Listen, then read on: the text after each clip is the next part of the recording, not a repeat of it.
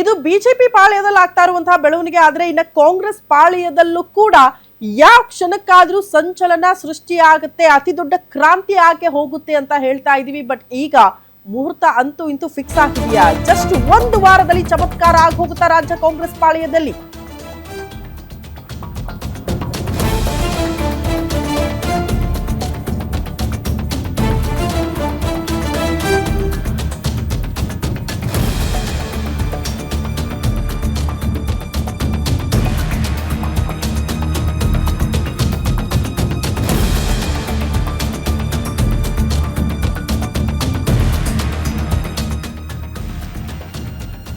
ರಾಜ್ಯ ಕಾಂಗ್ರೆಸ್ಗೆ next week deciding weak.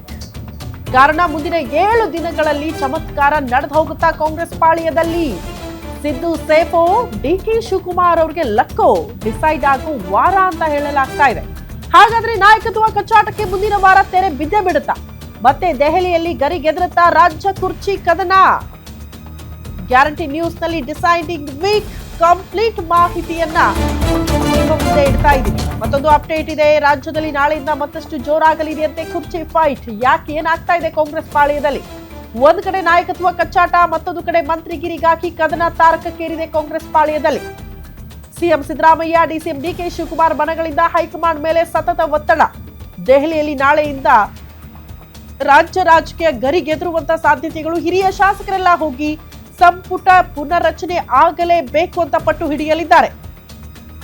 ನಾಳೆಯಿಂದ ಸಾಲು ಸಾಲು ಶಾಸಕರು ದೆಹಲಿ ಚಲೋವಲ್ಲಿ ಭಾಗಿಯಾಗಲಿದ್ದಾರೆ. ಅಂದ್ರೆ ದೆಹಲಿಗೆ ಹೋಗೋದು, ಹೈಕಮಾಂಡ್ ನಾಯಕರನ್ನ ಭೇಟಿ ಹಾಕೋದು, ಒತ್ತಡ ಹಾಕೋದು.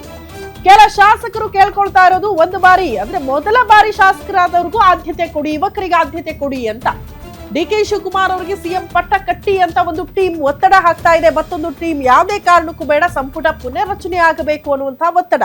ಹಂಗಾಗಿ ಎಲ್ಲಾ ಶಾಸಕರು ದಂಡಾಗಿ ದೆಹಲಿ ಕಡೆಗೆ ಮುಖ ಮಾಡೋ ಮೂಲಕ ಹೈಕಮಾಂಡ್ ಮೇಲೆ ಒತ್ತಡ ತರುವಂತಹ ಪ್ರಯತ್ನಗಳು ಆಗುತ್ತೆ ಅನ್ನೋದ್ರ ಬಗ್ಗೆ ಡೀಟೇಲ್ ಸಿಗ್ತಾ ಇದೆ. ಹಂಗಾಗಿ ಕಾಂಗ್ರೆಸ್ ಹೈಕಮಾಂಡ್ ಯಾವ ನಿರ್ಧಾರ ತೆಗೆದುಕೊಳ್ಳುತ್ತೆ? ಸಿಎಂ ಪಟ್ಟದ ವಿಚಾರಕ್ಕೆ ಸಂಬಂಧಪಟ್ಟಂತೆ ಮೇಜರ್ ಸರ್ಜರಿನಾ ಅಥವಾ ಸಂಪುಟಕ್ಕೆ ಸಂಬಂಧಪಟ್ಟಂತೆ ಮೇಜರ್ ಸರ್ಜರಿ ಆಗುತ್ತಾ?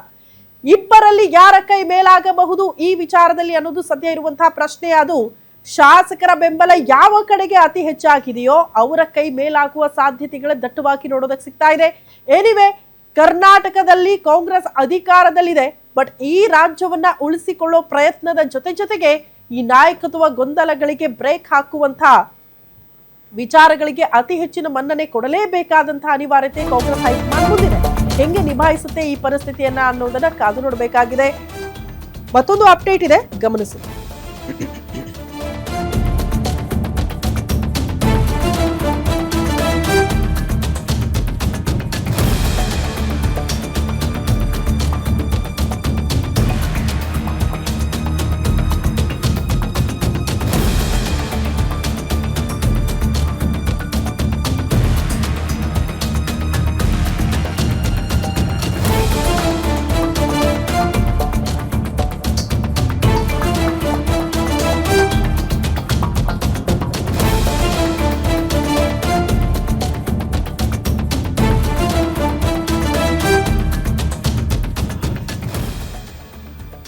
ಹೈಕಮಾಂಡ್ ಅಂಗಳದಲ್ಲಿ ನಿರ್ಧಾರವಾಗಲಿದೆ. ಸಿಎಂ ಡಿಸಿಎಂ ಭವಿಷ್ಯ ಏನಾಗುತ್ತೆ ಅನ್ನೋದು ಪ್ರಶ್ನೆ.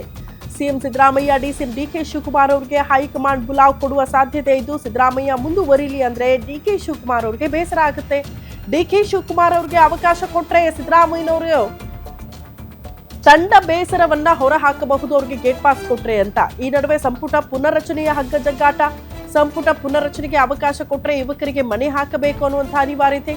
ಸಿಎಂ ಸಿದ್ದರಾಮಯ್ಯ, ಡಿಸಿಎಂ ಬಳಿ ಯುವ ನಾಯಕರು ಮನವಿ ಮಾಡ್ಕೊಳ್ತಾ ಇದ್ದಾರೆ ಆಲ್ರೆಡಿ ಕೂಡ. ಸೊ ಆ ಲಿಸ್ಟ್ ಅಲ್ಲಿ ಯಾರೆಲ್ಲ ಹೆಸರುಗಳಿದೆ ಅನ್ನೋದನ್ನ ನೋಡ್ತಾ ಇದ್ದೀನಿ. ಮೊದಲ ಬಾರಿ ಶಾಸಕರಾದವರೆಲ್ಲ ಸಚಿವ ಸ್ಥಾನಕ್ಕೆ ಆಸೆ ಪಡ್ತಿದ್ದಾರೆ, ಲಾಬಿಗಳಾಗ್ತಾ ಇದೆ, ಒತ್ತಡ ಹಾಕ್ತಿದ್ದಾರೆ. ಹಂಗಾಗಿ ಕಾಂಗ್ರೆಸ್ ಹೈಕಮಾಂಡ್ಗೆ ಅತಿ ದೊಡ್ಡ ತಲೆನೋವು ರಾಜ್ಯ ಕಾಂಗ್ರೆಸ್ ಪಾಳ್ಯದಲ್ಲಿ ಆಗ್ತಾ ಇರುವಂತಹ ಈ ಬೆಳವಣಿಗೆಗಳಿಂದ. ಹಂಗಾಗಿ ಎಲ್ಲ ಸರಿ ಮಾಡಲೇಬೇಕು. ಸರಿ ಮಾಡದೆ ಹೋದ್ರೆ ಅದು ಮುಂಬರುವ ಚುನಾವಣೆಯ ಸಂದರ್ಭದಲ್ಲಿ ಪಕ್ಷಕ್ಕೆ ಅತಿ ದೊಡ್ಡ ಡ್ಯಾಮೇಜ್ ತಂದೇ ತರುತ್ತೆ ಅನ್ನೋದು ಕೂಡ ಗೊತ್ತು. ಹಂಗಾಗಿ ಈ ಪರಿಸ್ಥಿತಿಯನ್ನ ಹೆಂಗೆ ನಿಭಾಯಿಸುತ್ತೆ ಕಾಂಗ್ರೆಸ್ ಹೈಕಮಾಂಡ್ ಅನ್ನೋದನ್ನ ಕಾದು ನೋಡಬೇಕಾಗಿದೆ.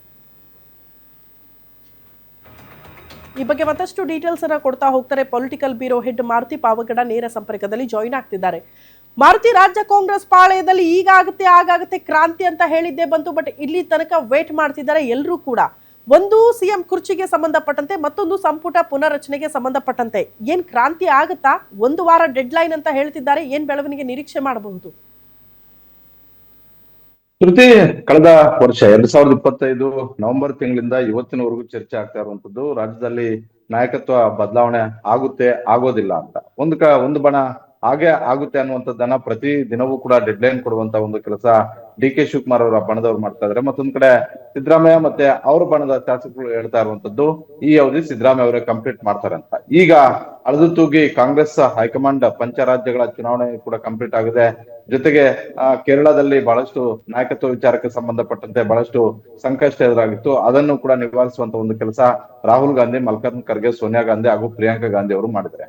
ಈಗ ಕರ್ನಾಟಕದ್ದು ಮತ್ತೆ ಚರ್ಚೆಗೆ ಬಂದಿರುವಂತದ್ದು. ಅದರಲ್ಲೂ ಈ ವಾರ ಸೋಮವಾರದಿಂದ ಶನಿವಾರದ ಒಳಗಡೆ ದೆಹಲಿಯ ಹೈಕಮಾಂಡ್ ಅಂಗಳದಲ್ಲಿ ನಾಯಕತ್ವ ವಿಚಾರಕ್ಕೆ ಸಂಬಂಧಪಟ್ಟಂತೆ ಒಂದು ಕ್ಲಾರಿಟಿಯನ್ನ, ಒಂದು ತೀರ್ಮಾನವನ್ನ ತೆಗೆದುಕೊಳ್ಳುವಂತಹ ಸಾಧ್ಯತೆಗಳು ದಟ್ಟವಾಗಿ ಇದಾವೆ ಅಂತ. ಒಂದು ವೇಳೆ ಈ ವಾರದಲ್ಲಿ ಆಗಿಲ್ಲ ಅಂತ ಹೇಳಿದ್ರೆ ಸಿದ್ದರಾಮಯ್ಯ ಅವರು ಮುಂದುವರಿತಾರೆ, ಸಂಪುಟ ಪುನರಚನೆ ಆಗುತ್ತೆ ಅಂತಲೇ ತಿಳ್ಕೊಳ್ಬೇಕಾಗುತ್ತೆ. ಒಂದ್ ವೇಳೆ ಏನಾದ್ರೂ ಡೆವಲಪ್ಮೆಂಟ್ಗಳು ಶುರುವಾದ್ರೆ ಬಹುತೇಕ ಸಿದ್ದರಾಮಯ್ಯ ಅವರನ್ನ ಕರೆದು ಮನವೊಲಿಸುವಂತ ಒಂದು ಕೆಲಸ ಕಾಂಗ್ರೆಸ್ ಹೈಕಮಾಂಡ್ ಮಾಡ್ಬೋದು. ಬಹುತೇಕ ಸಿದ್ದರಾಮಯ್ಯ ಅವರು ಕೂಡ ಅದೇ ಮನಸ್ಸಿನಲ್ಲಿ ಇದ್ದಂತೆ ಕಾಣಿಸ್ತಿದೆ. ರಾಹುಲ್ ಗಾಂಧಿ ಅವರು ಕರೆದು ಏನಾದ್ರೂ ಹೇಳಿದ್ದೆ ಆದ್ರೆ ನಾನು ಅದರಂತೆ ನಡ್ಕೊಳ್ಬೇಕು ಅನ್ನುವಂಥದ್ದನ್ನ ತಮ್ಮ ಆಪ್ತರ ಬಳಿ ಹೇಳ್ಕೊಂಡಿದ್ದಾರೆ ಅನ್ನುವಂತ ಒಂದು ಮಾಹಿತಿ ಗ್ಯಾರಂಟಿ ನ್ಯೂಸ್ಗೆ ಸಿಕ್ಕಿರುವಂತದ್ದು. ಇದು ಒಂದ್ ಕಡೆ ಆದ್ರೆ, ಮತ್ತೊಂದ್ ಕಡೆ ಹಲವು ಈಗಾಗಲೇ ಸುಮಾರು 30ರಿಂದ 35 ದಿವಸ ಹಿರಿಯ ಶಾಸಕರು ದೆಹಲಿಗೆ ಹೋಗೋದಕ್ಕೆ ತೀರ್ಮಾನವನ್ನ ಮಾಡಿದ್ದಾರೆ. ಅದರಲ್ಲಿ ಟಿ ಬಿ ಜಯಚಂದ್ರ ಮತ್ತೆ ಅಶೋಕ್ ಪಟ್ಟಣ್ ಸೇರಿದಂತೆ ಅವರ ಒಂದು ಹಿರಿಯ ಶಾಸಕರ ಒಂದು ಟೀಮೇ ದೆಹಲಿಯ ಹೈಕಮಾಂಡ್ ಬಳಿ ಕೊನೆಯ ತಿಂಗಳು ಹೋಗಿತ್ತು. ಅದೇ ರೀತಿ ಮತ್ತೊಮ್ಮೆ ಹೋಗ್ಬೇಕು ಅನ್ನುವಂತ ಒಂದು ನಿರ್ಧಾರವನ್ನು ಮಾಡಿರುವಂತದ್ದು. ರಾಜ್ಯದಲ್ಲಿ ನಾಯಕತ್ವ ವಿಚಾರಕ್ಕೆ ಸಂಬಂಧಪಟ್ಟಂತ ಒಂದು ಕ್ಲಾರಿಟಿಯನ್ನ ಕೊಡಿ, ಆದಷ್ಟು ಶೀಘ್ರವಾಗಿ 3 ವರ್ಷ ಕಂಪ್ಲೀಟ್ ಆಗಿರೋದ್ರಿಂದ ಯಾರೆಲ್ಲ ಪರ್ಫಾರ್ಮೆನ್ಸ್ ಇಲ್ವೋ ಬಹುತೇಕ ಎಲ್ಲರನ್ನೂ ಕೂಡ ಬದಲಾವಣೆ ಮಾಡಿ ಹೊಸಬ್ರಿಗೆ ಅವಕಾಶವನ್ನ ಮಾಡ್ಕೊಡಿ ಅನ್ನುವಂತ ಒಂದು ಒತ್ತಾಯವನ್ನ ಮಾಡೋದಕ್ಕೆ ಈ ಹಿರಿಯ ಶಾಸಕರು ಹೋಗ್ತಾ ಇರುವಂತದ್ದು. ನಾವು 5 ಬಾರಿ 6 ಬಾರಿ 7 ಬಾರಿ ಗೆದ್ದು ಬಂದ್ರು ಕೂಡ ಸಚಿವರಾಗೋದಕ್ಕೆ ನಮಗೆ ಅರ್ಹತೆ ಇಲ್ವೇ ಅನ್ನುವಂತ ಒಂದು ಪ್ರಶ್ನೆಯನ್ನ ಹಿಂದೆ ಮಲ್ಲಿಕಾರ್ಜುನ್ ಖರ್ಗೆ ಅವರ ಮುಂದೆನೂ ಕೂಡ ಇಟ್ಟಿದ್ರು. ಹೀಗಾಗಿ ಮತ್ತೊಮ್ಮೆ ಕಾಂಗ್ರೆಸ್ ಹೈಕಮಾಂಡ್ ಬಳಿ ಹೋಗಿ ಒಂದ್ ಕಡೆ ನಾಯಕತ್ವ ವಿಚಾರಕ್ಕೆ ಸಂಬಂಧಪಟ್ಟಂತೆ ಕ್ಲಾರಿಟಿ, ಮತ್ತೊಂದ್ ಕಡೆ ನಾಯಕತ್ವ ಬದಲಾವಣೆ ಮಾಡೋದಿಲ್ಲ ಅಂತ ಆದ್ರೆ ಸಂಪುಟ ಪುನರಚನೆ ಮಾಡಿ ಅನ್ನುವಂಥದ್ದನ್ನ ಒತ್ತಾಯ ಮಾಡೋದಕ್ಕೆ ಈ 25ರಿಂದ 30 ಶಾಸಕರು ಹೋಗ್ತಾ ಇರುವಂತದ್ದು. ಮತ್ತೊಂದ್ ಕಡೆ ಸಿದ್ದರಾಮಯ್ಯ ಮತ್ತೆ ಡಿ ಕೆ ಶಿವಕುಮಾರ್ ಅವರು ಕೂಡ ಯಾವುದೇ ಕ್ಷಣಕ್ಕೂ ಬುಲಾವ್ ಬರ್ಬೋದು. ಬುಲಾವ್ ಬಂದು ಈ ವಿಚಾರಕ್ಕೆ ಸಂಬಂಧಪಟ್ಟಂತೆ, ನಾಯಕತ್ವ ವಿಚಾರಕ್ಕೆ ಸಂಬಂಧಪಟ್ಟಂತೆ ಕಾಂಗ್ರೆಸ್ ಹೈಕಮಾಂಡ್ ಅಂತಿಮವಾದಂತಹ ಒಂದು ನಿರ್ಧಾರವನ್ನ ಮುಂದಿನ ವಾರ ತಗೋಬಹುದು. ಹಾಗಾಗಿ ನಾವು ಈ ವಾರವನ್ನ ಸೋಮವಾರದಿಂದ ಶನಿವಾರದವರೆಗೂ ಏನು ಈ 5 ದಿನ 6 ದಿನ ಇದೆ, ಈ 6 ದಿನ ಡಿಸೈಡಿಂಗ್ ವೀಕ್ ರಾಜ್ಯ ಕಾಂಗ್ರೆಸ್ಗೆ ಅಂತ ಹೇಳ್ತಾ ಇರುವಂತೆ. ಮತ್ತೊಂದ್ ಕಡೆ ಏನಂತ ಹೇಳಿದ್ರೆ ಸಿದ್ದರಾಮಯ್ಯ ಮತ್ತೆ ಡಿ ಕೆ ಶಿವಕುಮಾರ್ ಅವ್ರಿಗೆ ಇರೋದು ಮುಂದೆ ರಾಜ್ಯಸಭಾ ಚುನಾವಣೆ ಬರ್ತಾ ಇದೆ, ಪರಿಷತ್ ಚುನಾವಣೆಗಳು ಬರ್ತಾ ಇದಾವೆ, ಸ್ಥಳೀಯ ಸಂಸ್ಥೆಗಳ ಚುನಾವಣೆಗಳು ಬರ್ತಾ ಇದಾವೆ, ಜಿಬಿಎಸ್ ಚುನಾವಣೆಗಳು ಬರ್ತಾ ಇದಾವೆ. ಈ ಚುನಾವಣೆಗೆ ಪಕ್ಷವನ್ನ ಸಂಘಟನೆ ಮಾಡಬೇಕಾಗಿರುವಂತ ಒಂದು ಪರಿಸ್ಥಿತಿಯಲ್ಲಿ ಇರೋದ್ರಿಂದ ಯುವಕರು ಸಿದ್ದರಾಮಯ್ಯ ಮತ್ತೆ ಡಿ ಕೆ ಶಿವಕುಮಾರ್ ಅವರ ಮುಂದೆ ಹೋಗಿ ಮನವಿಯನ್ನ ಮಾಡ್ಕೊಂಡಿರುವಂತದ್ದು. ಯುವಕರಿಗೆ ಆದ್ಯತೆಯನ್ನು ಕೊಡಿ. ದೇವರಾಜ ಅರಸು ಅವರಿದ್ದಾಗ ಆಗಿರ್ಬೋದು, ಬಂಗಾರಪ್ಪ ಅವರಿದ್ದಾಗ ಆಗಿರ್ಬೋದು, ಯುವಕರಿಗೆ ಸಚಿವ ಸ್ಥಾನದಲ್ಲಿ ಸಚಿವ ಕ್ಯಾಬಿನೆಟ್ ಅಲ್ಲೂ ಅವಕಾಶಗಳನ್ನು ಕೊಟ್ಟಿದ್ರು. ಯುವ ಕಾಂಗ್ರೆಸ್ ನಾಯಕರನ್ನ ಪಕ್ಷದಲ್ಲೂ ಕೂಡ ಬಳಸ್ಕೊಂಡಿದ್ರು. ವಿಧಾನ ಪರಿಷತ್ಗೆ ಆಯ್ಕೆ ಮಾಡ್ತಾ ಇದ್ರು, ರಾಜ್ಯಸಭೆಗೆ ಆಯ್ಕೆ ಮಾಡ್ತಾ ಇದ್ರು. ಈ ವಾದವನ್ನ ಎಐಸಿಸಿ ಯೂತ್ ಕಾಂಗ್ರೆಸ್ ಅಧ್ಯಕ್ಷರಾಗಿರುವಂತಹ ಬಿ ವಿ ಶ್ರೀನಿವಾಸ್ ಆಗಿರ್ಬೋದು, ರಾಜ್ಯ ಯೂತ್ ಕಾಂಗ್ರೆಸ್ ನಾಯಕರಾಗಿರುವಂತಹ ಮಂಜುನಾಥ್ ನಲಪಾಡ್ ಸೇರಿದಂತೆ ಹಲವು ನಾಯಕರು, ಹಾಲಿ ಶಾಸಕರ ಜೊತೆ ಪ್ರದೀಪ್ ಈಶ್ವರ್, ಪ್ರಿಯಾ ಕೃಷ್ಣ, ಶರತ್ ಬಚ್ಚೇಗೌಡ ಸೇರಿದಂತೆ ಇವರೆಲ್ಲಾ ನಾಯಕರು ಹೋಗಿ ಒಂದು ಕಡೆ ಕ್ಯಾಬಿನೆಟ್ ಅಲ್ಲಿ ಯುವಕರಿಗೆ ಕೊಡಿ, ಮತ್ತೊಂದ್ ಕಡೆ ಪರಿಷತ್ ಮತ್ತೆ ರಾಜ್ಯಸಭೆಯಲ್ಲೂ ಕೂಡ ಅವಕಾಶಗಳನ್ನ ಮಾಡ್ಕೊಡಿ ಅನ್ನುವಂತ ಒಂದು ಒತ್ತಾಯವನ್ನು ಮಾಡುವಂತದ್ದು. ಒಟ್ಟಾರೆ ಮುಂದಿನ ವಾರ ಬಹುದೊಡ್ಡದಾದಂತ ಒಂದು ಬೆಳವಣಿಗೆಗಳು ದೆಹಲಿಯ ಮಟ್ಟದಲ್ಲಿ ಆಗುತ್ತೆ. ಸಿದ್ದರಾಮಯ್ಯ ಅವರು ಸೇಫ್ ಆಗ್ತಾರೆ. ಸಿದ್ದರಾಮಯ್ಯ ಅವರು ಸೇಫ್ ಆಗಿದ್ರೆ ಆದ್ರೆ ಬಹುತೇಕ ಈ ಅವಧಿ ಕಂಪ್ಲೀಟ್ ಮಾಡೋದ್ರಲ್ಲಿ ಯಾವುದೇ ಅನುಮಾನ ಇಲ್ಲ. ಸಿದ್ದರಾಮಯ್ಯ ಅವ್ರನ್ನ ಬದಲಾವಣೆ ಮಾಡಿದ್ದೆ ಆದ್ರೆ ಆಗ ಡಿ ಕೆ ಶಿವಕುಮಾರ್ ಮಗದೊಬ್ರು ಅನ್ನುವಂತ ಒಂದು ರೀತಿಯಲ್ಲಿ ಕಾಂಗ್ರೆಸ್ ಹೈಕಮಾಂಡ್ ಮುಂದೆ ಚರ್ಚೆ ಆಗ್ಬೋದು. ಆದ್ರೆ ಡಿ ಕೆ ಶಿವಕುಮಾರ್ ಅವರ ಹೆಸರು ಹೆಚ್ಚು ಮುನ್ನೆಲೆಗೆ ಇರೋದ್ರಿಂದ, ಕೆಪಿಸಿಸಿ ಅಧ್ಯಕ್ಷರಾಗಿರೋದ್ರಿಂದ ಅವರನ್ನ ಮೊದಲನೇದಾಗಿ ಪರಿಗಣಿಸಬೇಕು ಅನ್ನುವಂತ ಒಂದು ಒತ್ತಾಯವೂ ಕೂಡ ಇದೆ. ಶ್ರುತಿ. ಓಕೆ ಮಾರುತಿ, ಧನ್ಯವಾದಗಳು ತಮ್ಮೆಲ್ಲ ಮಾಹಿತಿಗೆ.